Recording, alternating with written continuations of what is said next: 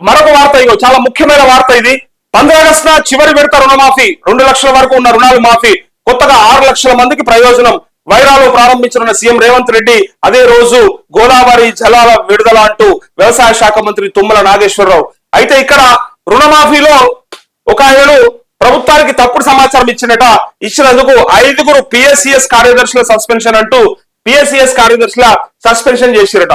అయితే ఇక్కడ ఒకటి మనకు ఉన్నటువంటి అనుమానం ఏంటిదంటే, చాలా మంది ఇక్కడ చూడండి ఒకసారి, రుణమాఫీకి సంబంధించిన అంశంలో ముఖ్యమైన విషయం ఏంటిదంటే, రుణమాఫీ వీళ్ళు ఏం చెప్పారు, 2 లక్షల వరకు చేస్తామని చెప్పారు, 2 lakhs వరకు. అయితే ఇక్కడ ఒకటి మొదటి విడతగా వాళ్ళు ఇచ్చిన గైడ్ లైన్స్ ప్రకారం ₹1,00,000 లోపు ఉన్నటువంటి రుణాన్ని మాఫీ చేయడానికి ఒక లిస్టు రిలీజ్ చేస్తే కొన్ని లక్షల మందికి రైతులకి లాభమైంది. ఇంకా కొద్ది మంది ఇక్కడ 18,000 మందికి జరగలేదు. వీళ్ళకి ఎందుకు జరగలేదంటే వీళ్ళ అకౌంట్స్ ఫ్రీజ్ అయినాయట, అకౌంట్స్ ఫ్రీజ్ అయినాయి. సో బ్యాంకులకు వెళ్ళి ఆ అకౌంట్స్ ని మళ్ళీ యాక్టివేట్ చేయించుకోమని చెప్పారు. ఇక్కడ చూడండి, దాని తర్వాత మళ్ళా మొన్న 1.5 lakh 1.5 lakh ని సేమ్ ఒక లిస్ట్ రిలీజ్ చేస్తే ఇక్కడ కూడా కొద్ది మందికి సేమ్ అకౌంట్స్ ఫ్రీజ్ తో పాటు ఇంకా రకరకాల సంబంధిత సమస్యలు, వాళ్ళకి ఇంకా రేషన్ కార్డు లేకపోవడం, దీనివల్ల ఇక్కడ కూడా కొంతమందికి జరగలేదు. ఇప్పుడు 15 ఆగస్టు లోపు వీళ్ళు ఏం చెప్పారు, మాకు ఆగస్టు 15 లోపు ఖచ్చితంగా 2 లక్షల రుణమాఫీ చేసేస్తామని చెప్పారు. 2 లక్షల రుణమాఫీ చేసేస్తే సంతోషమే. అది 15 ఆగస్టు నాడు ఫైనల్ రిలీజ్. ఇక్కడ ఎవరు రేవంత్ రెడ్డి చేతుల మీదుగా వైరాల ఖమ్మం జిల్లాలో చేస్తామని చెప్తున్నారు కదా. నేనేం అడుగుతా ఉన్నా, ఇక్కడ జరగనటువంటి రైతులు చాలా మంది వెయిట్ చేస్తా ఉన్నారు, ఇక్కడ జరగనటువంటి రైతులు చాలా మంది వెయిట్ చేస్తా ఉన్నారు.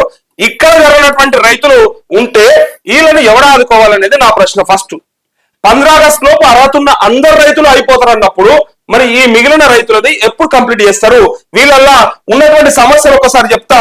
రకరకాల సమస్యలతో ఇబ్బంది పడతా ఉంటారు. రుణమాఫీకి సంబంధించి ఫస్ట్ రేషన్ కార్డు లేకపోవడం ఒకటి, రేషన్ కార్డు లేని వాళ్ళకి ఇంకా జరగట్లేదు, చాలా మంది ఇబ్బంది పడతా ఉన్నారు. సో రేషన్ కార్డుతో పాటు ఇంకొక సమస్య కూడా ఏంటిదంటే, మెయిన్ గా అకౌంట్స్ ఫ్రీజ్ అయినాయి, చాలా మంది అకౌంట్స్ ఫ్రీజ్. దీనికి కారణము అయితే వాళ్ళు అకౌంట్ ని రెగ్యులర్ గా వాడకపోవడము, లేదంటే దానికి సంబంధిత పాన్ ఆధార్ లింక్ లేకపోవడము. ఇంకొక అవకాశం ఏముంటుందంటే కొంతమంది రెన్యువల్ చేసుకోలేదు, పాపం రెన్యువల్ లో కూడా ఇబ్బందులు వచ్చినాయి. అకౌంట్స్ అది లోన్ అకౌంట్స్ ఉంటాయి కదా, ఆ లోన్ అకౌంట్స్ రెన్యువల్ చేసుకోవాలి. ఈ రెన్యువల్ చేసుకోకుండా కూడా చాలా మంది అంటే రైతులకి కొన్నిసార్లు యాక్చువల్ గా బ్యాంకులో గుర్తు చేయాలి. బ్యాంకులు గుర్తు చేసి, బాబు నీ రుణం మరి ఈసారి రెన్యువల్ చేసుకుంటే నెక్స్ట్ టైం మళ్ళీ యాక్టివేట్ అవుతుందని చెప్పాల్సింది కొంతమంది బ్యాంకులు చెప్పరు. ఆ దొంగలకి ఏంది నాదేం పోయింది అన్నట్టు ఉంటుంది. పాపం రైతులు అమాయకులు, వాళ్ళకి ఏం తెలుస్తుంది? ప్రతిదీ ఆయనకు ఒకటేసారి రైతు బంధు తెచ్చుకోనికో లేదంటే వడ్ల పైసలు పడ్డప్పుడు పోతారు తప్ప బ్యాంక్కి వట్టప్పుడు బ్యాంకు తిరగనికైనా వ్యాపార ఆయనకేం రోజు పైసలు వస్తాయా? కాదు. కాబట్టి కనీసం బ్యాంక్ అధికారులనే చెప్పాలి, ఓ లిస్టు పెట్టాలి. పలానా రైతులకు రుణమాఫీ జరగాలంటే భవిష్యత్తులో ఖచ్చితంగా రెన్యువల్ చేసుకోండి అని చెప్పి ఓ లిస్టు పెడితే రెన్యువల్కి వస్తారు.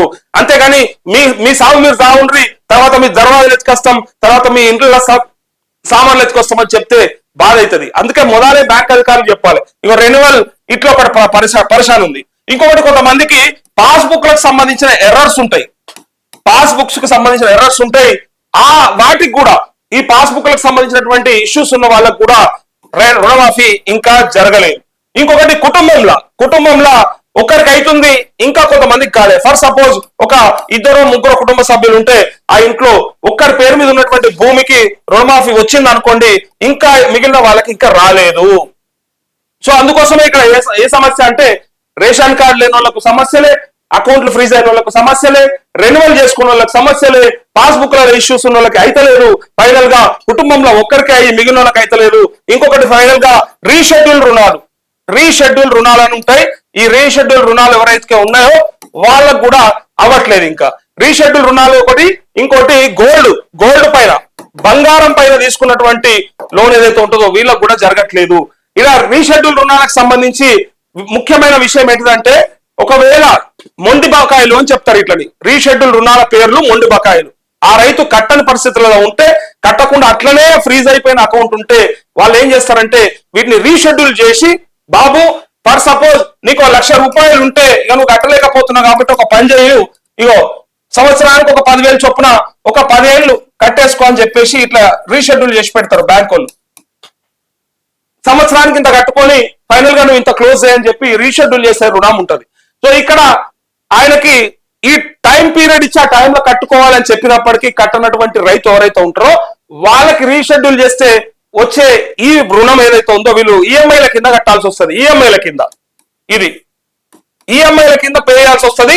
సో ఈ రీషెడ్యూల్ రుణాలు ఏవైతే ఉన్నాయో ఈఎంఐల కింద పే చేయాల్సినటువంటి అమౌంట్స్ లో కూడా ఫర్ సపోజ్ ఆయన ఒక 20,000 కట్టి ఉంటే మరి మిగిలిన 80,000 వస్తుందా రాదా అనేది చాలా మందికి డౌట్ ఉంది. సో అందుకోసమే రీషెడ్యూల్ రుణాలకు కూడా జరగాలని చెప్పేసి ఒకటి కోరుకుంటా ఉంటే ఇక మిగిలిన బంగార సంబంధితవి బంగారం కూడా పెట్టుకొని కుదవబెట్టుకొని లోన్ తెచ్చుకున్నటువంటి వాళ్ళు కూడా చాలా మంది ఉన్నారు. వాళ్ళు కూడా డౌట్ పడతా ఉన్నారు, మరి బంగారం పెట్టి మేము తెచ్చుకున్నాం క్రాప్ లోను, సో అవిటికి అవుతాయా అంటే వీళ్ళెవ్వరికి కాలేదు. ఇగో వీళ్ళెవ్వరికి కాలేదు. సో వీళ్ళందరికీ కాలే కాబట్టి మరి ఎప్పుడైతే వీళ్ళందరికీ ఎప్పుడు చేస్తారు అని చెప్పి వెయిట్ చేస్తా ఉన్నారు. సో వీళ్ళది పెద్ద ప్రశ్నగా మిగిలింది. ఇక్కడ రుణమాఫీలో చెప్పినటువంటి అంశాలు ఏవైతే ఉన్నాయో ఆ గైడ్ లైన్స్ ప్రకారం వీళ్ళకి జరగట్లేదు. కానీ ప్రభుత్వం ఒకే ఒక అవకాశం ఇచ్చింది, రేషన్ కార్డు లేకుండా టెన్షన్ లేదు, మీరు భయపడకుండ్రి బాధపడకుండ్రి అని చెప్పి రైతులకి రేషన్ కార్డు లేని వాళ్ళకి ఇస్తామని చెప్పి ఒక రిలీఫ్ ఇచ్చింది, ఒకే ఒక రిలీఫ్. ఆ తర్వాత అకౌంట్స్ ఫ్రీజ్ అయిన వాళ్ళది వాళ్ళ నెత్తి మీద వాళ్ళ చేయి పెట్టించి చక్కగా బ్యాంక్ కొండ్రి మేనేజర్ తో మాట్లాడుకోండి, అదేమన్నా ఉంటే మరి దాన్ని టెక్నికల్ గా అకౌంట్ ఫ్రీజ్ నుంచి డియాక్టివేషన్ లో ఉంది కాబట్టి దాన్ని యాక్టివేట్ చేసుకోండి అని చెప్పి ఇది రైతుల మీదనే భారం పెట్టింది. రైతులు రోజు బ్యాంకుల చుట్టే తిరుగుతా ఉన్నారు. నాకైతే రోజు ఫోన్లు వస్తా ఉన్నాయి. మా నెంబర్ కింద ఉంది కదా లైవ్ లో, ఆ నెంబర్ కి రోజు ఫోన్లు చేసి సార్ నాకు ఇంకా రుణమాఫీ జరగలేదు, ఎవరన్నా లైన్ లో ఉంటే కూడా కాల్ చేయండి, ఒకసారి లైవ్ చూస్తున్న వాళ్ళు ఉంటే కూడా ఒకసారి రుణమాఫీ మీకు ఎందుకు జరగలేదో చూడడానికి ప్రయత్నం చేద్దాం. ఎందుకంటే చాలా మంది రైతులకు డౌట్ ఉంది, చాలా మంది బాధపడతా ఉన్నారు, నాకు రెగ్యులర్ గా కాల్ చేస్తా ఉన్నారు. సో ఆ కాల్ చేస్తే అది లైవ్ అయిపోయినాక ఫోన్ చేస్తా ఉన్నారు. ఇప్పుడు లైవ్ లో చేస్తే నేను కూడా ఇంకొక నలుగురు చెప్పడానికి ఉంటది. ఇందులో ఈ సమస్యలు కాకుండా ఇంకా ఏ సమస్యలతోనన్నా మీకు రుణమాఫీ జరగలేదా, జరగకపోతే ఎందుకు జరగలేదు, ఆ తప్పిదం ఎక్కడుంది, ఇబ్బంది ఎక్కడుంది, భవిష్యత్తులో మరి ఎప్పుడు చేస్తారు, ఇలాంటి డీటెయిల్స్ అన్ని మాట్లాడుకునే ప్రయత్నం చేద్దాం. కింద నా నెంబర్ ఉంది, ఆ నెంబర్ చెప్పు బాలన్న. 630-4481651. ఇప్పుడే కాల్ చేయండి లేదా కింద మెసేజ్ చేయండి, కామెంట్ చేయండి. ఒక్కసారి నెంబర్ కూడా రాస్తా, చెప్పు. 630-4481651. ఇగో 630-4481651. ఈ నెంబర్ కి ఇప్పుడే ఫోన్ చేయండి, నేను మీతో మాట్లాడతా. అయితే ఎవరికన్నా రుణమాఫీ జరగకపోతే ఎందుకు జరగలేదు అనేది, ఒకవేళ జరిగితే ఎంత జరిగింది, ఇంకా నీ కుటుంబంలో కాని వాళ్ళు ఎవరైనా ఉంటే, లేదు నీ చుట్టుపక్కల ఉన్న సమస్యల గురించి, రుణమాఫీకి సంబంధించినటువంటి సమస్యలు ఏమైనా ఉంటే నాకు డైరెక్ట్ గా లైవ్ లో కాల్ చేయొచ్చు, నేను మీతో మాట్లాడతాను. మాట్లాడి కుదిరితే 10 మందికి చెప్పే ప్రయత్నం చేద్దాం. కనీసం కొంతమందికి ఐడియా వస్తుంది, అరే మాకు ఎందుకు జరగలేదు అనే విషయాన్ని టెన్షన్ పడి రోజు బ్యాంకుల చుట్టూ తిరుగుతా ఉన్నారు, ఎవ్వరు కనబడతారని ఫోన్లు చేసి అడుగుతా ఉన్నారు. లాస్ట్ కు సార్ జర ఏపీరు సార్ అంటే నేను చేపిస్తానా, నా చేతులు ఉంటుందా, నేను అవసరమైతే మీలాగా అంటే మీరు నాకు చెప్పినట్టు నేను ఒక 10 మందికి లేకపోతే 1000 మందికి 1,00,000 మందికి నా వీడియోల ద్వారా లేకపోతే నా న్యూస్ ద్వారా లేదంటే కుదిరితే ఎక్స్ ద్వారానో లేకపోతే ఇంకో సోషల్ మీడియా ప్లాట్ఫామ్ ద్వారానో ప్రభుత్వానికి చేరే ప్రయత్నం నేను చేస్తాను. కాబట్టి ఒకసారి కుదిరితే నాకు కాల్ చేయండి, నేను మీతో మాట్లాడతాను. నా నెంబర్ 630-4481651. ఇప్పుడు చేయండి, లేదంటే ఈ మధ్యలో కూడా చేయొచ్చు, నేను వార్తలు మిగతా కూడా కవర్ చేస్తా ఉంటా. అంతలోపు మీరు నాతో మాట్లాడాలనుకుంటే కాల్ చేయండి. సో అయితే రుణమాఫీకి సంబంధించి వీళ్ళు చెప్పే మాటలల్లా ఎవరైనా సరే ఖచ్చితంగా అర్హుడైన రైతులు మేము వదిలిపెట్టమని చెప్పడానికి ప్రయత్నం చేశారు కదా. ఇక్కడ వీళ్ళు ఏం చెప్తున్నారో ఇవాళ ఒకసారి చూద్దాం. నిన్న మంత్రి చెప్పినటువంటి మాటలు ఇక ఎవడైనా చెప్పినా పక్కన పెట్టచ్చు, కానీ మంత్రి చెప్పిందంటే బరాబర్ ఉంటుందని అనుకుంటారు కదా చాలా మంది. సో ఇక్కడ చూడరు ఒకసారి. 3వ విడత 6 లక్షల మంది రైతులకు రుణమాఫీ చేయనున్నట్టు వ్యవసాయ శాఖ మంత్రి తుమ్మల నాగేశ్వరరావు ఇగో ఎవరు వెల్లడించారు. అయితే సుమారు 6,000 కోట్ల రుణాలు మాఫీ కానున్నాయంటూ మంగళవారం సచివాలయంలో శనివారం చేసిన విలేకరుల సమావేశంలో ఆయన మాట్లాడారు. అయితే వరంగల్ డిక్లరేషన్ లో ప్రకటించిన విధంగా తమ ప్రభుత్వం 2 లక్షల లోపు రుణమాఫీ చేస్తోందన్నారు. ఈ నెల 15వ తేదీన స్వాతంత్ర దినోత్సవ వేడుక రోజున ఖమ్మం జిల్లా వైరాలో సీఎం రేవంత్ రెడ్డి 3వ విడత రుణమాఫీని ప్రారంభిస్తారని వెల్లడించారు. 2 విడతల్లో కలిపి 17.75 లక్షల మంది రైతుల ఖాతాల్లో 12,224 కోట్లు జమ చేశారని వివరించారు. అయితే 15 ఆగస్టున 3వ విడత రుణమాఫీ కార్యక్రమంలో గోదావరి జలాలు విడుదల చేయనున్నారని తెలిపారు.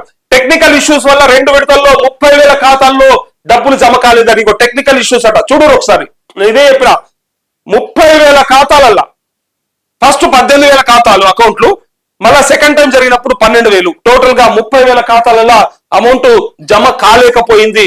దానికి కారణం ఏంటో చూడండి. పొరపాట్లన్నీ సరిచేసి అర్హులందరికీ రుణమాఫీ చేస్తామని మంత్రి స్పష్టం చేశారు. ఇందులో ఇప్పటి వరకు 10,000 మంది రైతులకు క్లియర్ చేశామని తెలిపారంటూ, మరి 30,000లో 10,000 మందికి ఆల్రెడీ అయిపోయిందట. ఇంకా మీకు కాకపోతే మీకు ఎందుకు కాలేదు, ఆ కారణం ఏంటిదో ఒక్కసారి నాకు కాల్ చేయండి, లేదంటే మెసేజ్ పెట్టండి, నేను మీతో మాట్లాడతా. ఇక్కడ చూడండి, ఇప్పుడు ఒకవేళ మనం మన సమస్యను బయట చెప్పకపోతే తర్వాత ఎవరి చుట్టూ తిరిగినా లాభం లేదు. తర్వాత ఎవరి చుట్టూ తిరిగినా వాడు చేస్తారా చేయడం తెలియదు. ఇప్పుడైతే కనీసం ప్రభుత్వానికి చెప్పొచ్చు, కొంతమందికి అధికారులకు చెప్పే అవకాశం ఉంటది. ఇక్కడ చూడండి, అందుకే 10,000 మంది చేసిరని చెప్తారు. సమస్య ఉన్న ఎవరైనా పోతే 10,000 మంది క్లియర్ అయిపోయిందట. 20,000 మందికి ఇంకా జరగాల్సింది ఉంది. సో మాఫీపై విమర్శలు దురదృష్టకరం, రుణమాఫీపై రాజకీయ విమర్శలు దురదృష్టకరం అన్నారు. రుణమాఫీకి అడ్డంకులు సృష్టించి రైతుల మనోభావాలను దెబ్బతీయొద్దని ప్రతిపక్షాలకు మంత్రి హితవు పలికారు.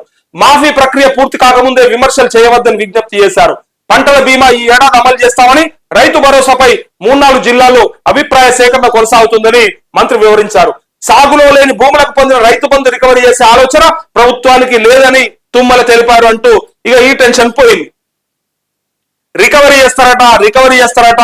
అరే, నాకు ఇంతకు ముందు అగ్రికల్చర్ ల్యాండ్ ఉండే కానీ దాన్ని ప్లాట్లుగా చేసి అమ్మేసిన, కానీ దానికి పడ్డ రైతు బంధు ఏదైతే ఉందో అది మళ్ళా రికవరీ చేసుకుంటారట, ఇచ్చేస్తారట, ఇయ్యాల్సి వస్తారట అని చెప్పి అనుకున్నారు కదా.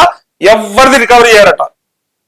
మరి ఇది విమర్శల పాలవుతుందా, లేకపోతే రికవరీ చేస్తేనే అందరూ సంతృప్తిగా ఉంటారా? మరి రికవరీ అంటే అయినోళ్ళది, ఎవరి దగ్గర అయితే అన్యాయంగా రికవరీ అంటే డబ్బున్నరో, ఎవరి దగ్గర అయితే ప్రభుత్వం నుంచి తీసుకుని ఆ ధనాన్ని వృధా చేసిండ్రో, అసలు అవసరం లేకుండా పెట్టుబడి అంటే వ్యవసాయానికి పెట్టుబడి పెట్టకుండా ఉత్తిగా తీసుకున్న వాళ్ళందరికీ కూడా రికవరీ అయితే బాగుండాలి కోరుకున్నారా ప్రజలంతా, లేదంటే పోతవంతిగా తీసుకున్నారు, ఇక మళ్ళీ ఇప్పుడు ఏం చేస్తారని చెప్పి అనుకుంటున్నారు అనేది ఇప్పుడు తెలుస్తుంది. ఈయన చెప్పిన తర్వాత ఈయన ఏమంటుండు, మేమేం చెయ్యమంటుండు, రికవరీ జరగదట. ఇక్కడ చూడండి, ఇక సాగులో లేని భూములకు పొందిన రైతు బంధు రికవరీ చేయము, అట్లే అన్ని బకాయిలు విడుదల చేస్తున్నామని పేర్కొన్నారు.